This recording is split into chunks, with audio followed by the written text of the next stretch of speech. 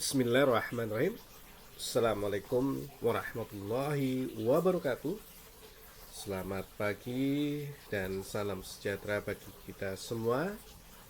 Sahabat kebun berkah dimanapun sahabat kebun berkah berada, pada pagi hari ini tanggal 29 Januari 2025 dalam kondisi yang mendung ya.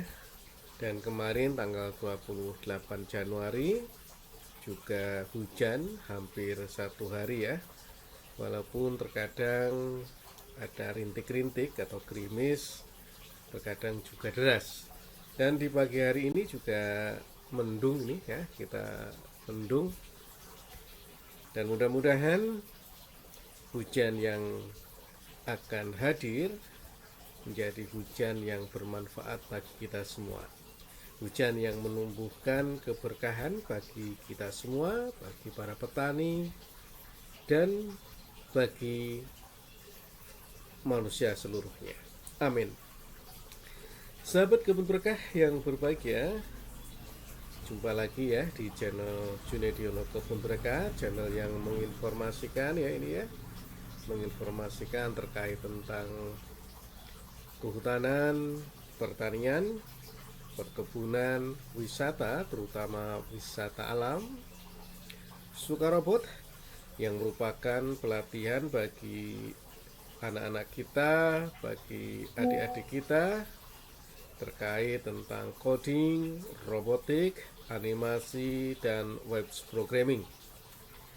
Silahkan ya bagi adik-adik usia PAUD sampai dengan sekolah menengah umum yang ingin mengembangkan 4 bidang tadi bisa mendaftarkan diri di Sukarobot Academy Bogor yang beralamat di Kompleks Perumahan Ciamas Riverview, Blok C nomor 10, Desa Ciamas Rahayu, Kecamatan Ciamas, Kabupaten Bogor. Sahabat kebun berkah yang berbahagia, dan insya Allah di tanggal 1 sampai dengan 2 Februari 2025 Sukarobot Academy bekerjasama dengan Botani Square serta pihak-pihak yang lain yang turut serta mendukung akan mengadakan suatu kompetisi tingkat nasional robotik dengan bertajuk Botani Robotic Competition 2025.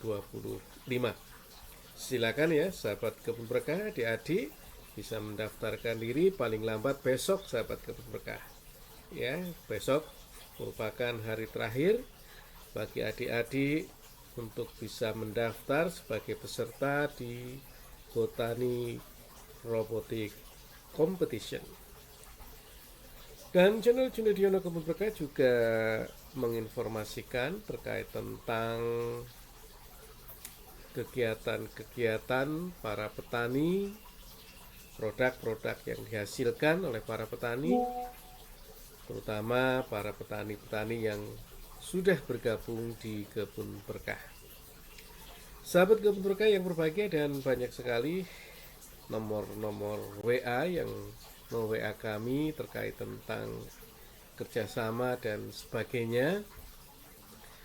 Dan Kebun Berkah ini merupakan suatu perkumpulan informal ya sebenarnya, yang terdiri dari beberapa penyuluh, petani, peneliti maupun birokrasi dan praktisi ya, yang bahu-membahu untuk membina petani maupun kelompok tani dan tanpa biaya, tanpa bayaran ya. Terkadang kami yang mengeluarkan bayaran. Jadi bukan perusahaan sahabat kebun berkah. Sahabat kebun berkah yang berbahagia dimanapun sahabat kebun berkah berada, kali ini kita akan mencoba berbicara sedikit tentang komposisi tanaman pada agroforestry.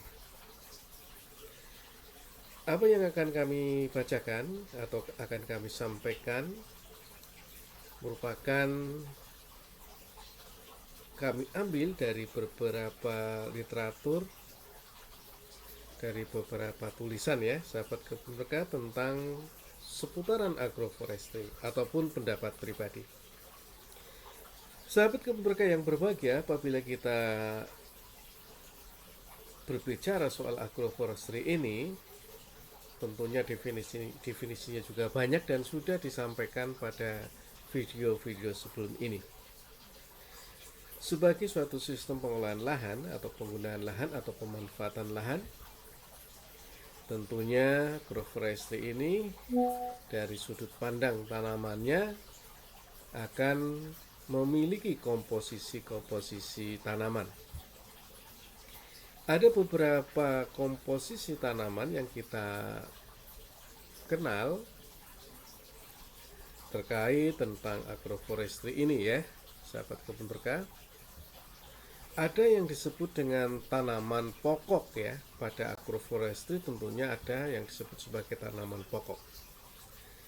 Tanaman pokok merupakan tanaman yang ditanam yang tentunya memiliki fungsi utama ya, fungsi utama dan atau nilai ekonomi yang dominan. Ya, jadi misalkan sahabat kebun berkah ingin bertani secara agroforestry dengan tanaman pokok kayu jati misalkan atau tanaman jati misalkan, maka tanaman jati ini atau tanaman pokok jati ini menjadi tanaman yang dominan atau yang diutamakan di dalam kegiatan agroforestry sahabat kebun berkah. Ya, jadi tanaman pokok merupakan tanaman yang memiliki nilai ekonomi yang dominan pada suatu budidaya agroforestry yang sahabat kebun berkah kerjakan. Tanaman yang kedua yang dikenal pada agroforestry adalah tanaman sela ya. Tanaman sela merupakan tanaman yang ditanam di sela-sela tanaman pokok ya. Jadi apabila sahabat kebun berkah tadi memiliki atau membudidayakan tanaman jati sebagai tanaman pokok pada agroforestry, maka di sela-sela tanaman jati ada tanaman yang kita sebut sebagai tanaman sela. Tanaman sela ini bisa atau dapat berupa tanaman liar atau tanaman yang lain yang cocok dengan kondisi lahannya ya. Misalkan ya, ada tanaman obat-obatan ya yang ditanam di sela-sela pohon jati. Ada empon-empon misalkan yang ditanam pada tanaman sela-sela pohon jati tadi. Mungkin juga gambir mungkin ya yang ditanam di sela-sela. Sahabat kebun berkah yang berbahagia, tanaman yang ketiga adalah tanaman pagar ya. Tanaman pagar merupakan tanaman yang ditanam pada tepi-tepi lahan ya, dan biasanya memiliki bermacam-macam kegunaan. Di antaranya adalah pembatas wilayah atau pembatas kepemilikan lahan atau pengelolaan lahan atau garapan lahan ya, ataupun pembatas antara lahan kita dengan jalan setapak ataupun pembatas dengan yang lainnya. Sehingga tanaman pagar ini ya merupakan tanaman pembatas yang digunakan oleh kita petani untuk membatasi lahan-lahan kita tadi. Adapun contoh tanaman pagar yang bisa digunakan misalkan kalau yang di pinggir jalan biasanya adalah secang ya, tanaman yang berduri untuk sebagai pembatas sekaligus sebagai pelindung tanaman-tanaman yang berada atau yang ditanam oleh kita. Itulah sahabat kebun berkah, 3 tanaman yang biasa terdapat pada komposisi agroforestry. Yang pertama adalah tanaman pokok, yang kedua adalah tanaman sela, yang ketiga adalah tanaman pagar. Sahabat kebun berkah yang berbahagia, terkait dengan beberapa hal yang berkaitan dengan tanaman ini ya. Komponen-komponen agroforestry berdasarkan jangka waktu panen ya, biasa kita bagi menjadi, yang pertama adalah tanaman semusim. Ini tanaman semusim ini adalah tanaman yang biasanya berumur pendek dalam produksinya ya, seperti jagung, padi, dan yang lainnya. Yang kedua adalah tanaman tahunan. Tanaman tahunan merupakan tanaman yang memiliki jangka waktu tahunan, 1 tahun atau lebih, bahkan mungkin bisa 4 tahun baru bisa berbuah ataupun bisa menghasilkan produk. Misalkan ya, durian ya, misalkan ini ya, ini merupakan tanaman tahunan. Karena tanaman durian akan bisa berproduksi paling tidak 5 tahun ya, kalau itu okulasi. Bahkan kalau biji, sahabat kebun berkah, bisa jadi 8 tahun ataupun 10 tahun baru bisa berbuah. Dari komposisi agroforestry berdasarkan waktu produksi ini, yang ketiga adalah pohon lain ataupun perdu ya. Jadi di dalam agroforestry, terutama misalkan kebun campuran, terdapat spesies yang ditanam dan ada yang berkembang biak melalui alami ya, secara alami ya, tanpa ada campur tangan kita. Ini biasa ya terjadi di agroforestry, misalkan di kebun campuran.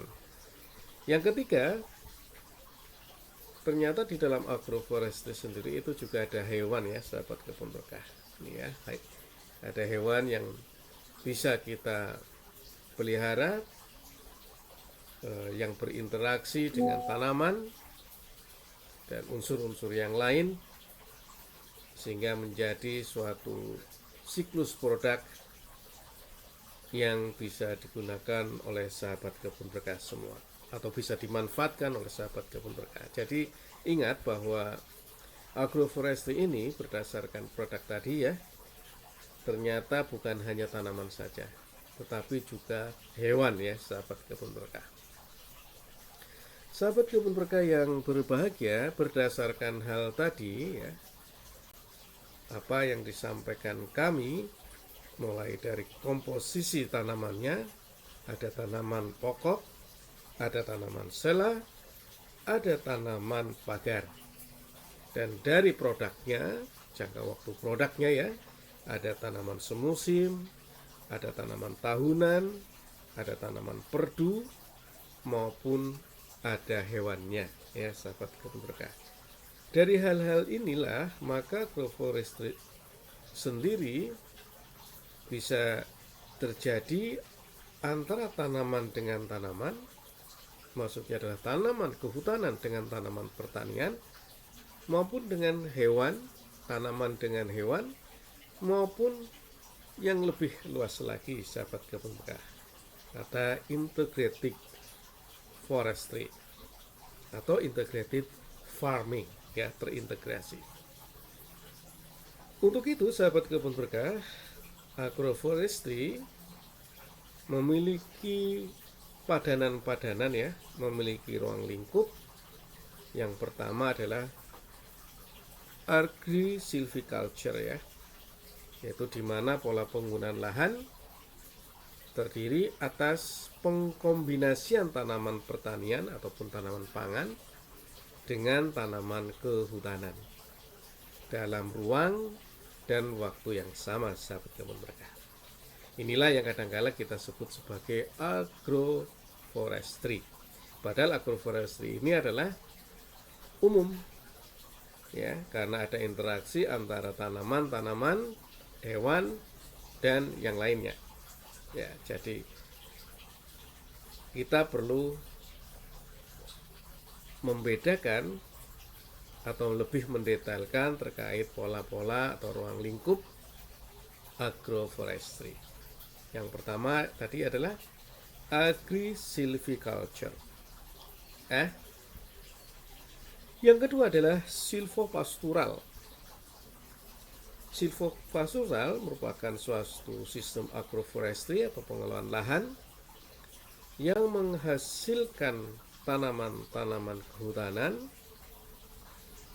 dan juga sekaligus sebagai padang penggembalaan. Ya, jadi ada pakan ternaknya di situ, ada pakan hewannya di situ ya. Jadi ada jenis yang kedua dari agroforestry ini adalah silvopastural. Ya, jadi ada hewan ataupun ada pakan ternaknya di situ. Yang ketiga adalah agrosilvopastural. Ya, agrosilvopastural. Agrosilvopastural merupakan suatu sistem agroforestry atau pengelolaan lahan yang memiliki 3 fungsi produksi sebagai penghasil kayu-kayuan forestry-nya, sebagai penyedia tanaman pangan, dan juga sebagai penyedia pakan ternak atau padang penggembalaan atau untuk tempat memelihara ternak. Ini 3 sekaligus sahabat kebun berkah ya, agrosilvopastural. Sahabat kebun berkah yang berbahagia, yang keempat adalah silvofishery. Silvofishery merupakan suatu sistem agroforestry atau sistem pengelolaan lahan yang didesain untuk menghasilkan produk kayu dan sekaligus sebagai penghasil produk ikan ya. Misalkan tambak ikan, tambak udang ya, kepiting ya. Ini adalah model-model silvofishery. Pola yang kelima atau jenis yang kelima dari agroforestry ini adalah apiculture ya. Apiculture ini merupakan sistem agroforestry di mana pengelolaan lahan juga memiliki fungsi untuk penghasil kayu atau pohon, sekaligus juga sebagai sumber pakan lebah ya. Jadi ada lebah di situ ya untuk menghasilkan madu. Ini adalah apiculture. Sahabat kebun berkah yang berbahagia, yang keenam adalah sericulture. Sericulture merupakan suatu sistem pengelolaan lahan yang menjadikan pohon-pohon untuk memelihara ulat sutra ya, biasanya adalah tanaman morbe sahabat kebun berkah. Ini kita sebut sebagai agroforestry dengan nama sericulture. Sahabat kebun berkah. Dan yang ke-7 atau yang terakhir adalah multipurpose forest tree production system. Ya, jadi sistem ini adalah sistem yang kompleks ya, agroforestry yang kompleks, di mana sistem pengelolaan lahan mengambil dari berbagai macam manfaat, multipurpose, banyak tujuan, banyak manfaat, baik pohonnya, bisa jadi kayunya, buahnya, maupun daunnya, ataupun yang lainnya sahabat kebun berkah. Ini lebih kompleks lagi ya, agroforestry kompleks ya, multipurpose forestry production system. Baik sahabat kebun berkah yang berbahagia, terkait hal-hal yang menjadi pendetailan makna agroforestry tadi ya, 7 tadi ya, kita juga harus mengenal adanya pola agroforestry sahabat kebun berkah.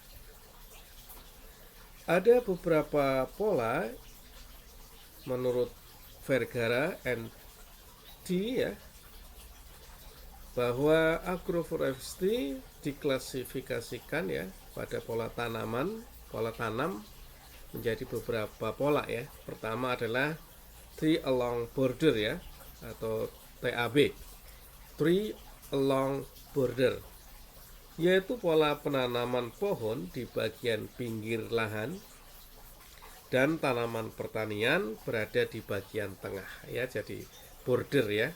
Kalau sahabat kebun berkah mengenal manual agroforestry, ada yang namanya jersey, jejer sisi ya. Jadi menanam tanaman pohon ya berada di pinggir-pinggir tanaman pertaniannya. Pohon-pohon yang ditanam mengelilingi lahan biasanya difungsikan sebagai pagar atau batas tanaman ya.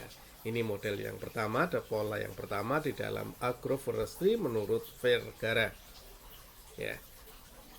Yang kedua, sahabat kebun warga, adalah alternate row.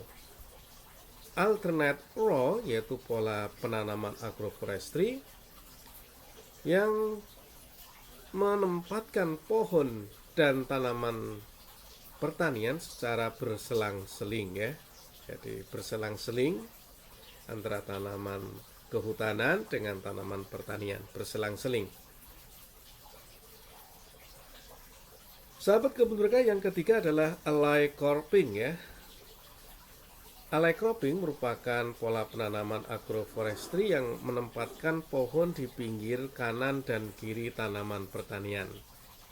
Jadi bentuknya larikan-larikan pohon ya, diusahakan membujur ke timur atau ke barat ya. Jadi ada larikan-larikan ya, larikan-larikan, nanti ada tanaman pertaniannya ya. Yang keempat adalah random mixture, yaitu merupakan pola penanaman acak di mana antara tanaman pertanian dan pohon ditanam tidak teratur ya.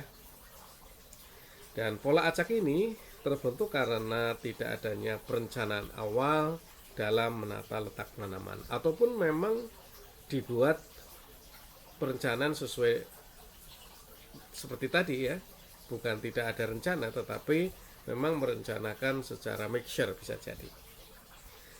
Sahabat kebun berkah yang berbahagia, itulah sahabat kebun berkah terkait tentang agroforestry, pendetailannya, penyebutan tanamannya, maupun pola tanaman di agroforestry. Mudah-mudahan apa yang kami sampaikan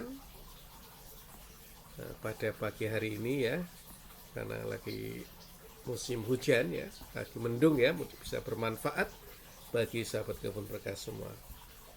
Dan mudah-mudahan kita senantiasa diberi kesehatan, diberi keberkahan untuk menjalani kehidupan ya, sahabat kebun berkah. Dan jangan lupa untuk semangat bertani dan tetap merdeka. Terima kasih dan Assalamualaikum warahmatullahi wabarakatuh.